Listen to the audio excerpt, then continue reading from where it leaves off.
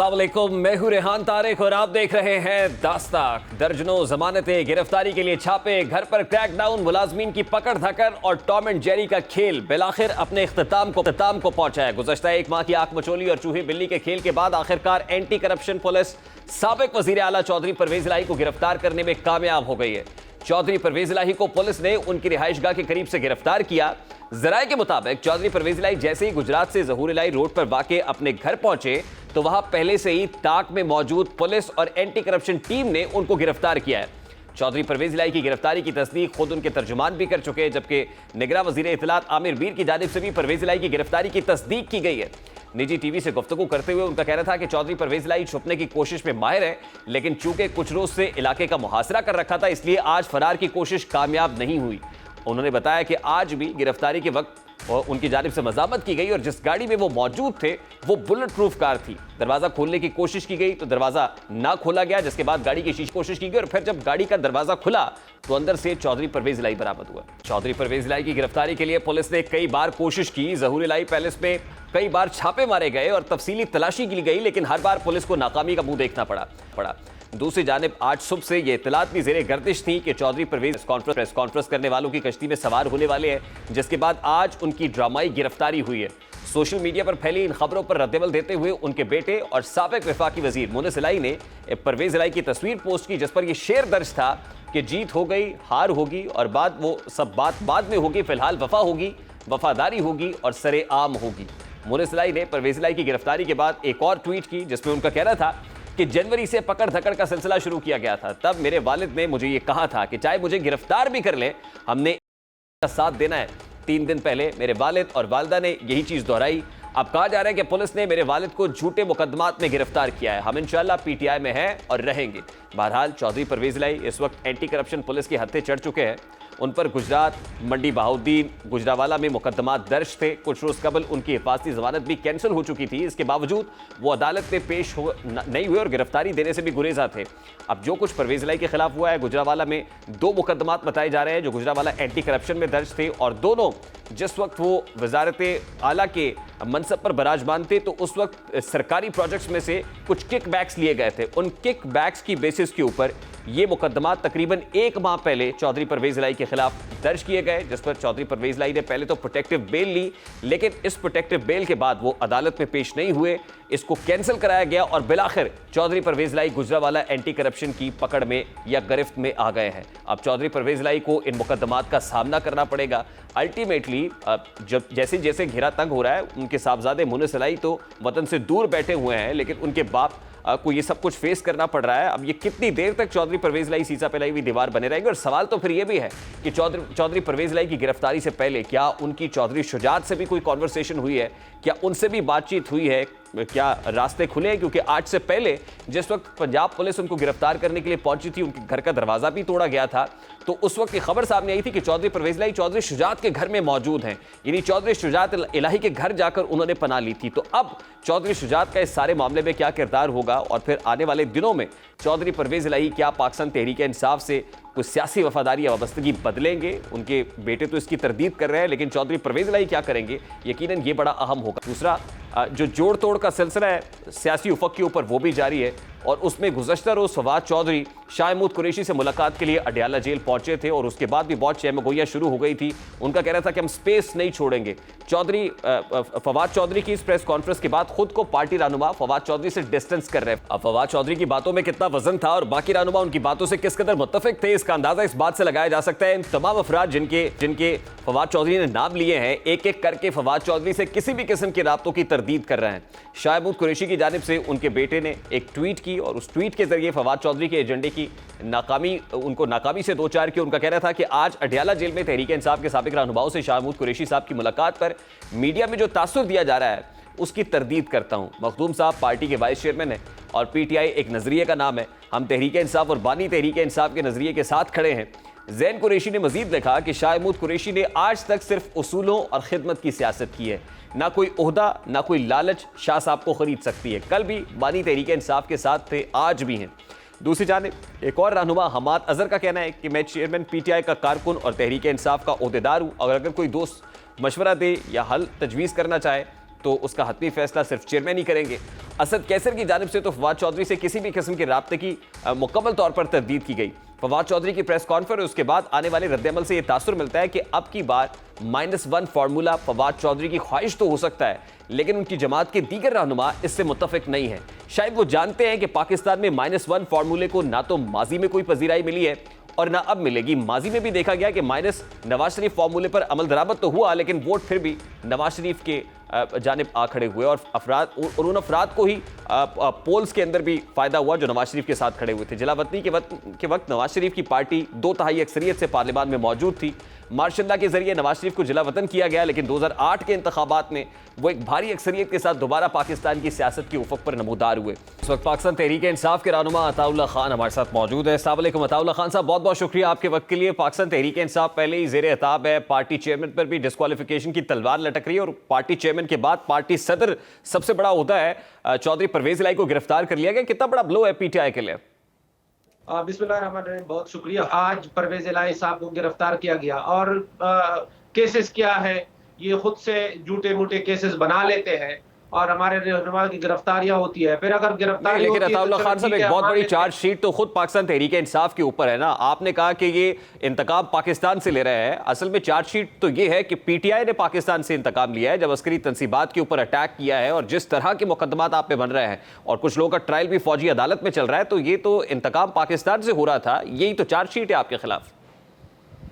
देखिए, मैं समझता हूँ कि 9 मई के जो वाकयात हैं मुज़म्मत की है और हमने डिमांड किया है कि इंक्वायरी किया जाए, एक कमीशन बनाया जाए, पता चल जाएगा कि हमने पुरअमन एहतजाज करना था या खुदा न खास्ता हम अपने इदारों या रियासत के खिलाफ हमने कोई कार्रवाई की है। मैं समझता हूँ कि ऐसी कोई बात नहीं है।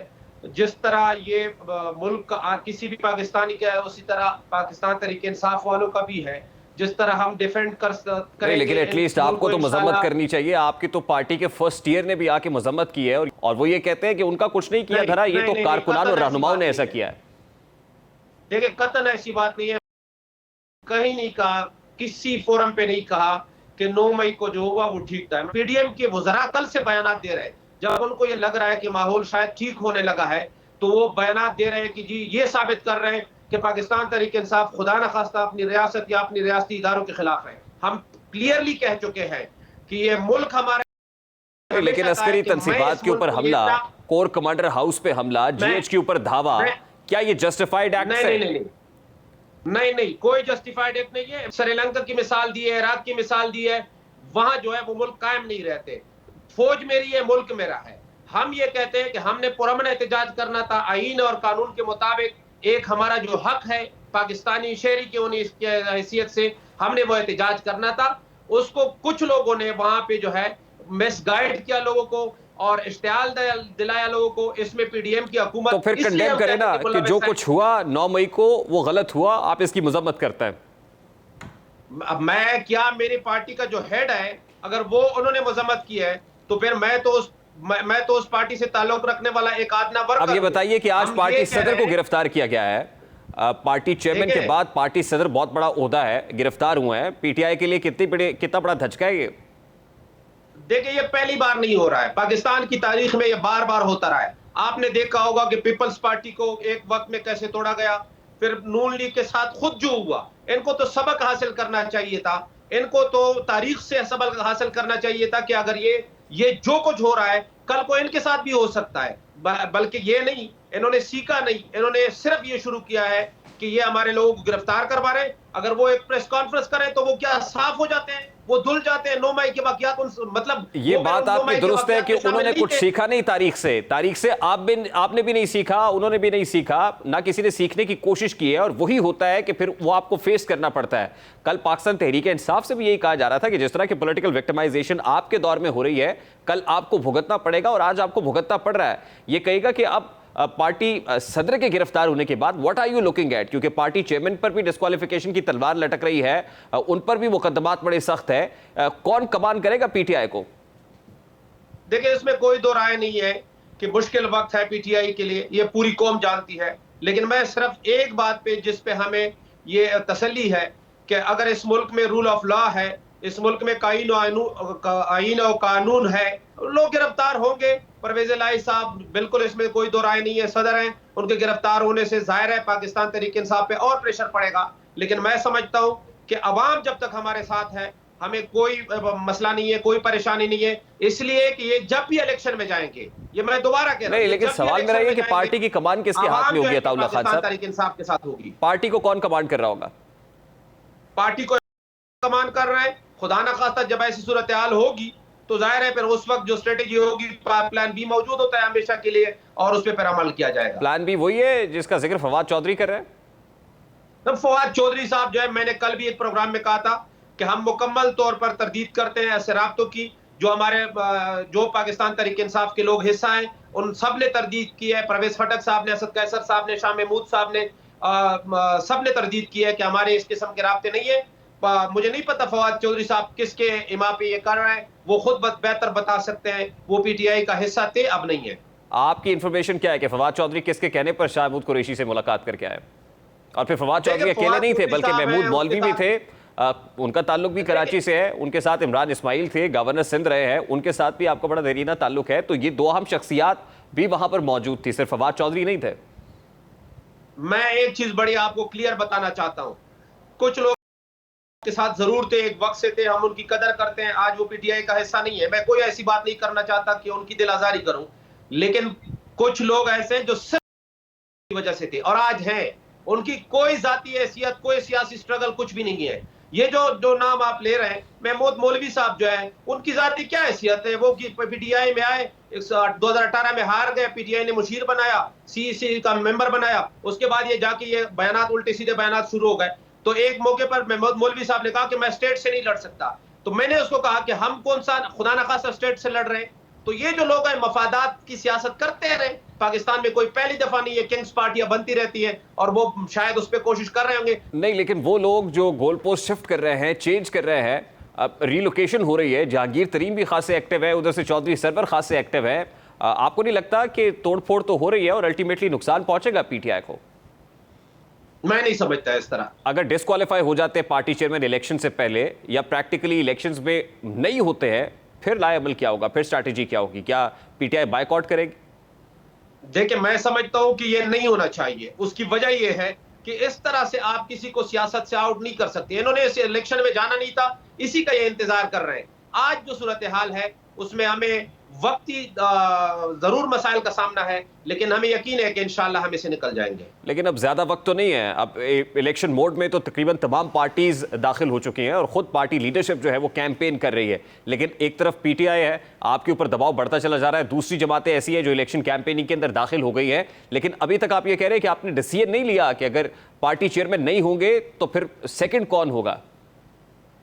देखिए, मैं आपको एक चीज बड़ी क्लियरली बता दूं, ये जो पीडीएम की हुकूमत है, ये जो पार्टियां हैं, इनको अभी तक कंफर्म नहीं है कि पीटीआई का वोट जो है वो टूट चुका है। जिस दिन खुदा ना खास्ता ये समझेंगे, उसी दिन ये इलेक्शन में जाएंगे। ये अभी भी इलेक्शन में जाने के मूड में नहीं है। अताउल्लाह खान साहब, लास्टली एंड वेरी क्विकली, क्योंकि आज चौधरी परवेज इलाही गिरफ्तार हुए हैं, चौधरी परवेज इलाही से मुतालिक भी मुतजाद आ रहा है, 8 दिन से तो उनका जो घर के अतराफ का इलाका है कॉर्डन ऑफ किया हुआ था, लेकिन इतलात ये आ रही है कि कहीं ना कहीं उनकी मुलाकात या राब्ता भी जहांगीर तरीन से हुआ है। तो आप क्या देख रहे हैं, क्या खड़े रहेंगे पार्टी के साथ, पार्टी सदर?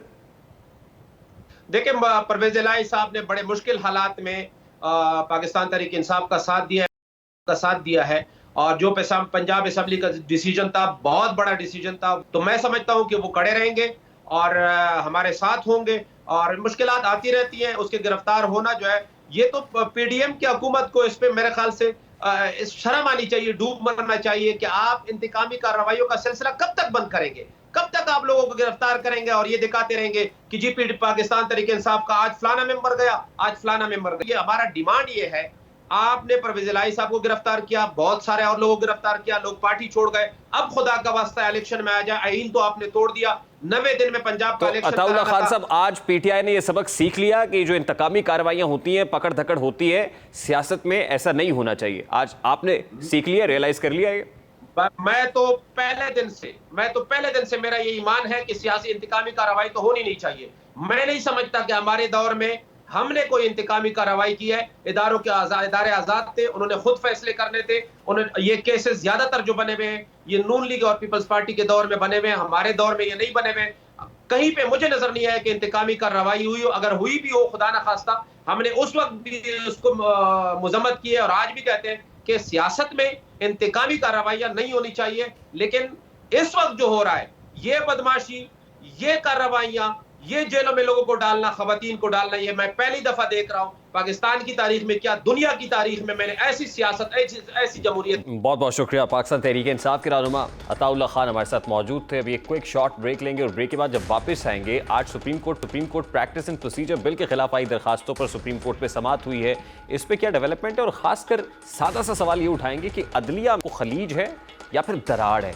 इस ब्रेक के बाद हमारे साथ रहेंगे।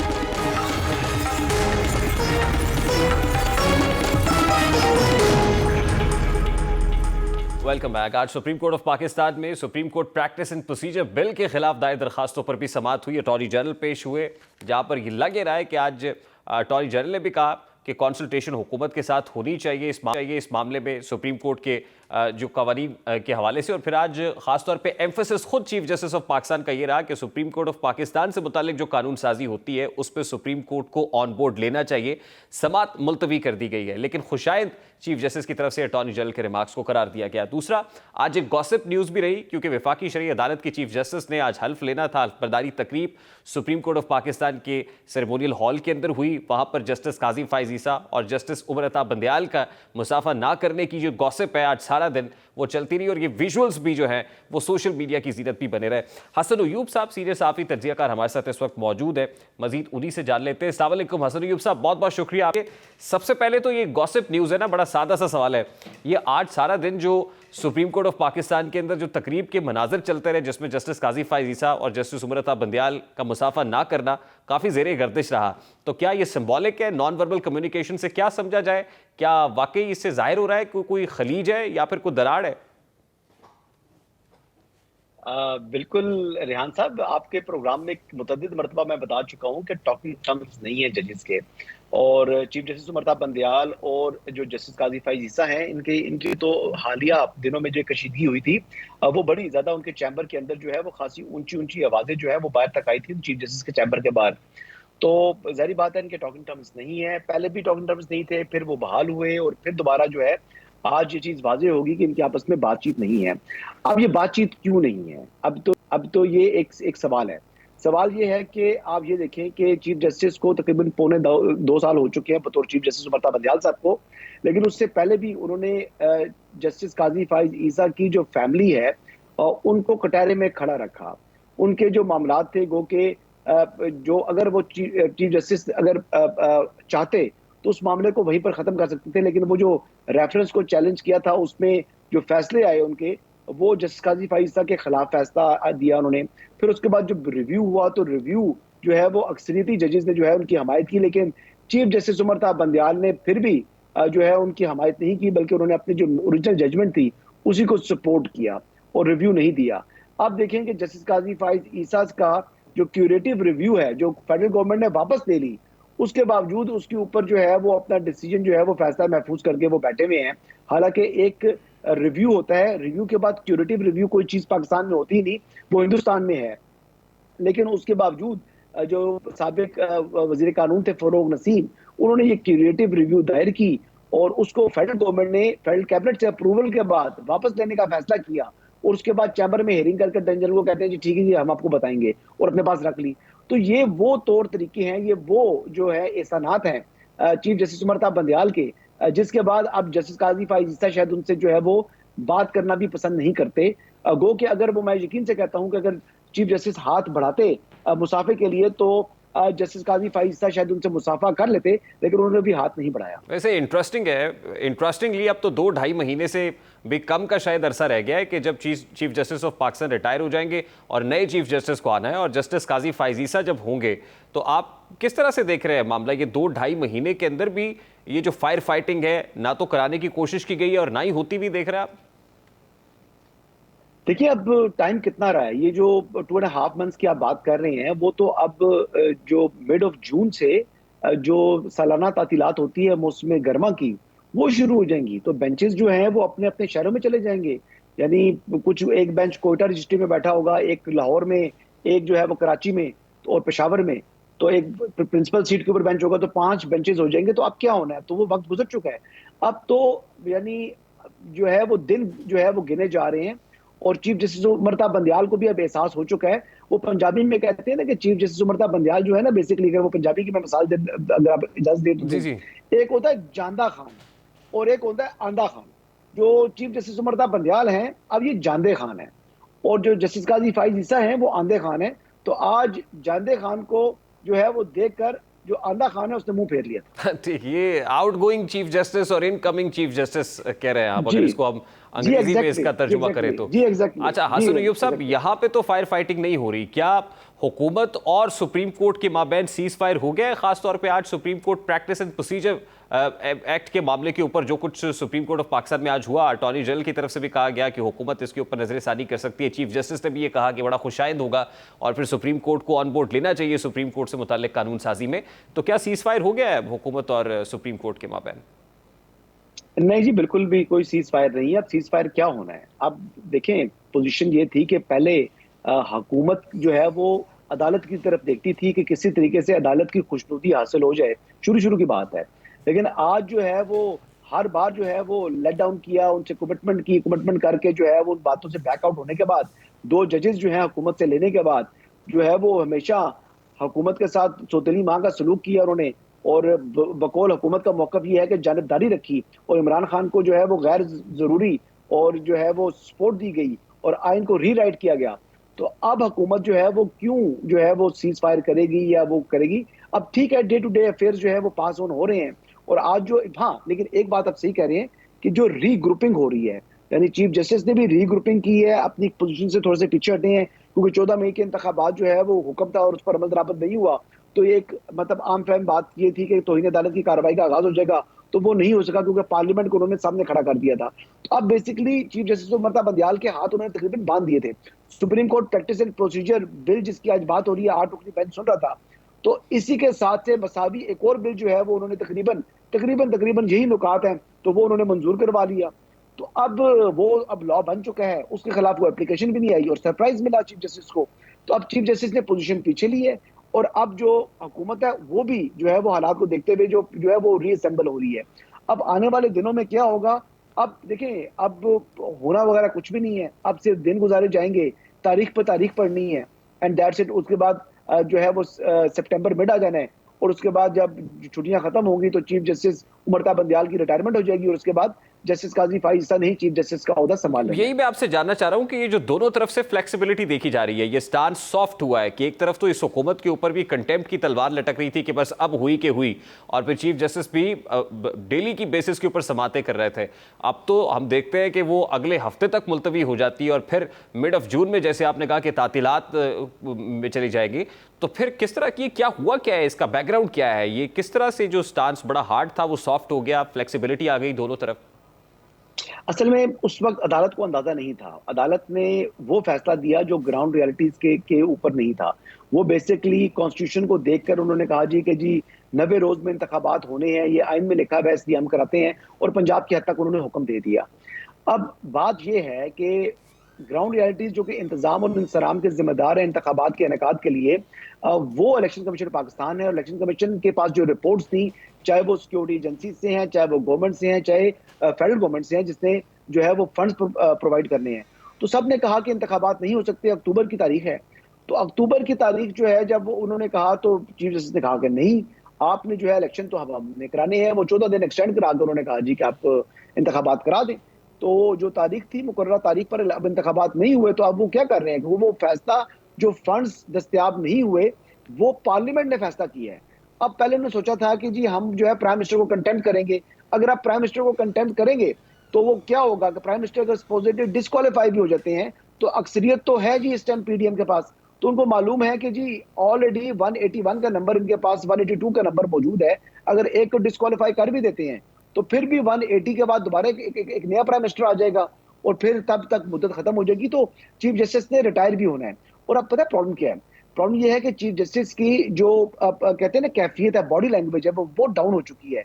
ना सिर्फ चीफ जस्टिस की बल्कि उनके साथ जस्टिस मुनीब अख्तर की और जस्टिस इजाजुल हसन की, क्योंकि चीफ जस्टिस ने तो रिटायर होकर घर चले जाना है, लेकिन जस्टिस मुनीब अख्तर की अभी बहुत सर्विस पड़ी है, उन्होंने मुस्तकबिल का चीफ जस्टिस बनना है, और उनसे पहले जस्टिस इजाजुल हसन की भी सर्विस पड़ी है, और उन जस्टिस काजी फाइज ईसा के बाद उन्होंने भी मुल्क का चीफ जस्टिस बनना है।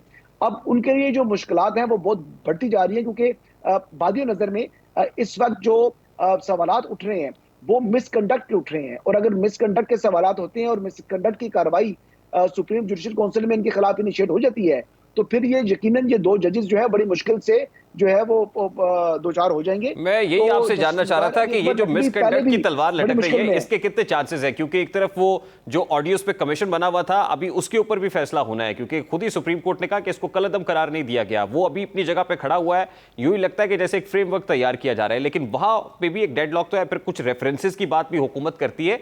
तो इसको किस तरह से देखते हैं कि ये जो आउटगोइंग चीफ जस्टिस हैं आसानी से रवानगी हो जाएगी और आसानी से ये जो इंतकाले पावर है ये हो जाएगा, या आपको लगता है कि नहीं अभी कुछ है, ये जो खामोशी है ये भी किसी तूफान का पेश खैमा है?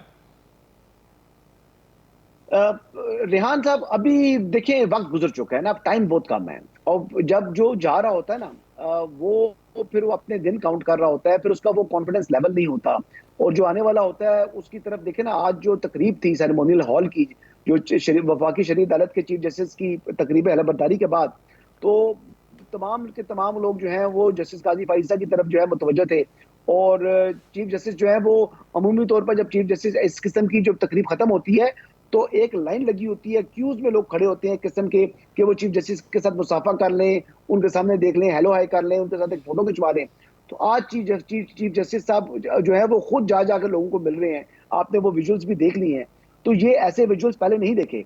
और पता है एक और चीज है, हमने देखा माजी में जैसे साबिक चीफ जस्टिस साकिब निसार थे, तो वो जब तक वो सर्विस में थे उस दिन तक तो जो है उनका एक तनकनत कायम थी, वो रिटायर हुए तो फिर लोगों ने उनसे जो है ना मिलना छोड़ा।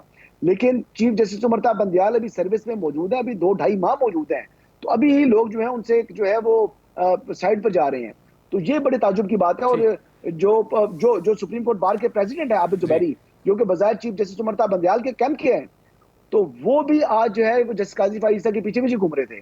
तो ये ग्राउंड रियलिटी है, हम लोग जो जाने वाला होता है उससे बच रहे होते हैं, और जो आने वाला होता है उसके सामने जा रहे होते हैं और उसके सामने नजरें बिछा रहे होते हैं। Sir Yusuf, I have to take a very quick short break. बड़ी तेजी से ये तब्दीलियां रूनुमा हो, द इंस्टीट्यूशन भी है। Let's take a very quick short break, और ब्रेक के बाद जब वापस आएंगे तो इकोनॉमिक फ्रंट से कुछ अच्छी खबरें भी है। हुकूमत माशी महाज पे क्या कर रही है, इस ब्रेक के बाद बात करेंगे।